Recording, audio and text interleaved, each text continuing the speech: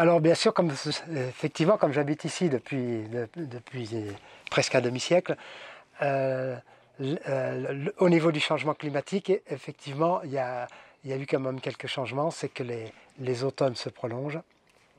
Et je vois même la température de l'eau. À une époque, je me baignais tous les jours, hein, il y a encore 7-8 ans. Et la mer est beaucoup plus chaude en novembre.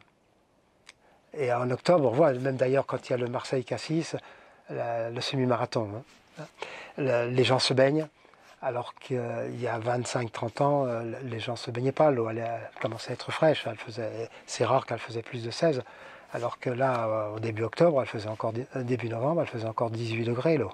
Et ça, c'est quand même un phénomène relativement récent. Et je vois...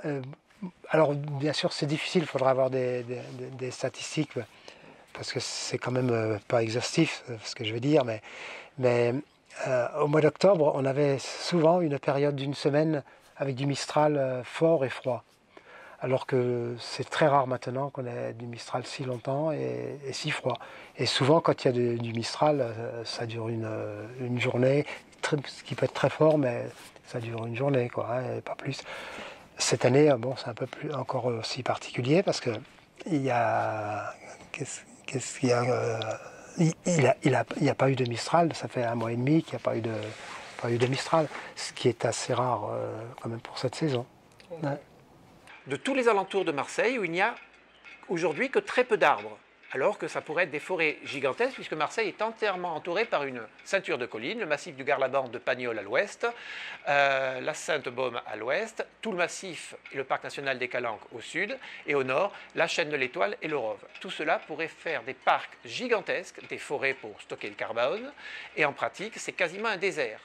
À quoi est dû ce désert ? Jeune, j'ai vécu des incendies dans les Calanques, en particulier le cap Morjou, en dessous duquel il y a la grotte Cosquer, et tout Morjou et Sormiou qui a entièrement brûlé. Je l'ai vu replanter, et aujourd'hui, j'ai le plaisir de me balader dans les grandes forêts du côté de Lumini, que j'ai vu pousser quand j'étais enfant. La désertification des alentours de Marseille devrait être, à mon sens, une préoccupation prioritaire du parc national et des autorités. Le national des forêts, au niveau national, a une mission maintenant liée au changement climatique. Cette mission interministérielle, la forêt a un grand rôle de fixation de carbone, donc contribue par rapport au changement climatique, hein, en fixant ce carbone. Donc la forêt est le deuxième élément fixateur de carbone. Ça, c'est au niveau mondial. Au niveau national, nous menons une politique justement de production de carbone, hein, comme ça s'appelle, et donc on est vigilant et de fixer ce carbone, ça fait partie des objectifs aussi de l'ONF. Le fait de promotionner un combustible renouvelable comme le bois de chauffage ou les granulés bois contribue aussi à la diminution des énergies, l'utilisation des énergies fossiles pour des énergies renouvelables. Donc c'est en ça que l'État demande à l'ONF de promotionner ces produits d'énergie renouvelable, mais aussi que la forêt a un rôle de fixation de carbone. Une autre mission, la plus proche des personnels de terrain, est un travail de sentinelle, de vigilance par rapport à ce changement de climat qui pourrait amener un changement de la végétation. Et donc nous veillons, si nous voyons arriver massivement, si nous voyons un changement naturel, un changement de la végétation, eh bien nous sommes vigilants à voir si c'est juste un épisode très ponctuel ou si c'est réellement une inversion de la végétation par rapport à ce changement climatique. Après, il y a aussi la végétation. Hein, certes, il y a peu d'eau, mais quelque part, il y a des années où il pleut vachement. Et le feu, c'est vrai qu'on ne peut pas parler du feu parce que la végétation, elle baisse, elle remonte, elle baisse, elle remonte. Mais on est arrivé à un moment où on avait eu des grosses pluies l'année passée où la végétation avait pris 20%. Et habituellement, elle prend 10% de hauteur, hein, je parle de... Donc là, cette année-là, elle avait pris 20%. On retrouvait nos collines avec des pins qui pouvaient abriter du gibier, qui pouvaient abriter des champignons, ça poussait. Donc aujourd'hui, je dirais, il y a des hauts, des bas. Parce que quand on parle avec nos anciens, c'est vrai que nos anciens ils connaissaient leurs collines, il y avait des pins centenaires, il y avait des sous-bois qui étaient entretenus, donc c'était plus facile pour marcher. Donc il y avait la pastorale, il y avait des moutons, il y avait les vaches, pas les vaches, les chèvres, tout ça qui faisaient le milieu, il vivait. Donc, qui dit vivait, donc ça permettait de dégager sous les arbres, et les champignons, on avait davantage. Il y avait davantage de petits gibiers, il y avait davantage de grives parce que il y avait d'autres buissons qui poussaient grâce au fumier et ça on l'a plus. Donc aujourd'hui, on comprend bien que le changement climatique, mais pas que. Le changement climatique dans les calanques, on le voit par exemple cette année très fortement. On a eu une sécheresse plus qu'exceptionnelle, avec une mortalité végétale assez incroyable. Ça faisait un siècle qu'on n'avait pas eu une sécheresse comme ça. Elles se rapprochent, elles sont de plus en plus nombreuses. Donc ça va entraîner une modification du paysage, donc des dynamiques qui évoluent. On a des espèces dites lesseptiennes, marines, qui apparaissent ou qui viennent s'installer, qui trouvent les conditions de vie dans l'espace ici.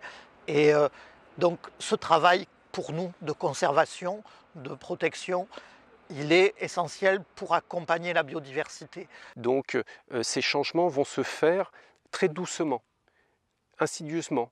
On va voir arriver des espèces et petit à petit elles vont devenir communes à notre regard, mais nous qui gérons sur du très long terme, on va se rendre compte avec nos pas de temps, avec notre échelle de temps, qu'il y a une modification de la végétation.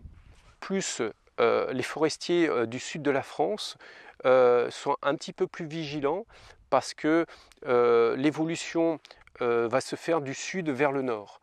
On le sait déjà aujourd'hui qu'on calquait la zone méditerranéenne par rapport à la zone de propagation de l'olivier.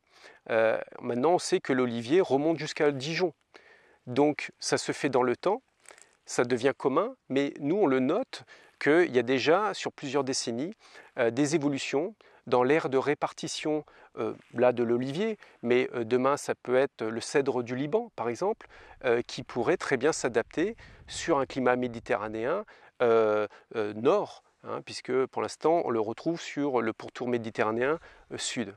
Donc quand on verra ces essences s'implanter durablement, il y aura peut-être un changement de végétation durable. Au sein de l'Office national des forêts, il y a effectivement un département recherche et développement qui, sur des placettes scientifiques, donc pour le suivi, ont pu tester des choses par rapport à des essences comme le cèdre, ici par exemple pas très loin sur le Luberon, et qui a réussi à s'implanter, comme aussi l'acacia, qui pourrait s'adapter à notre climat méditerranéen. Donc je sais qu'aujourd'hui, il y a une discussion à savoir est-ce que c'est une espèce d'arbre invasif ou est-ce que c'est justement les arbres d'avenir pour notre climat méditerranéen. Il y a toujours eu des périodes de sécheresse ou des périodes plus... Je fais les relevés pluviométriques depuis 25 ans, depuis le début des années 80, fin des années 80. Et là, bien sûr, je peux voir les périodes. Alors, qu'est-ce qu'il y a eu comme période de sécheresse? Il y a eu les périodes de sécheresse fin des années 80, d'où le grand feu de 90, souvent ça correspond. Après, il y a eu une période de grande sécheresse au début des années 2000, entre 2003 et 2007, où il y a eu 4 années, moi d'après mes relevés pluviométriques, de moins de 450 mm, alors que la moyenne sur 50 ans, c'est à peu près 650, de 50 ans et plus. Et là, depuis 2 ans, on a eu une période de sécheresse, dont l'année passée, il est tombé que 470 mm, et il n'a pas plu très peu l'hiver, très peu l'automne d'avant et très peu au printemps. Et cet été, d'où le grand feu qu'on a eu, qui n'a pas touché l'auberge, heureusement, par miracle, et par, bien sûr, grâce aussi à l'efficacité des pompiers. Début septembre, c'est quand même rare qu'il y ait des grands feux en début septembre, ça arrive, mais c'est quand même assez rare. Et cette année, pour la première fois depuis que je suis ici, je suis tombé en panne d'eau. L'auberge est tombée en panne d'eau au début mai. Et grâce à l'apport d'eau des pompiers, qui ont été plus qu'efficaces et sympathiques en plus, d'apporter de l'eau. Le jour où je suis tombé en panne d'eau, le jour de l'ascension exactement. Et ça, c'était jamais arrivé depuis que l'auberge existe, de vraiment tomber en panne d'eau.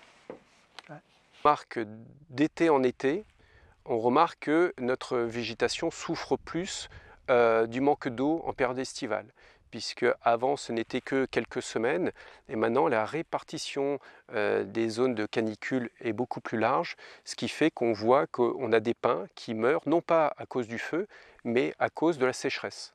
On a du romarin qui jaunit en plein été, alors que jusqu'à maintenant, il tenait le coup et pouvait attendre les pluies du mois de septembre. On voit que le climat aussi se décale. Les pluies du mois de septembre, on les a plutôt sur le mois d'octobre. Donc on a une période estivale qui s'élargit. Et donc on voit que nos végétaux, nos arbres ont une période de stress beaucoup plus importante.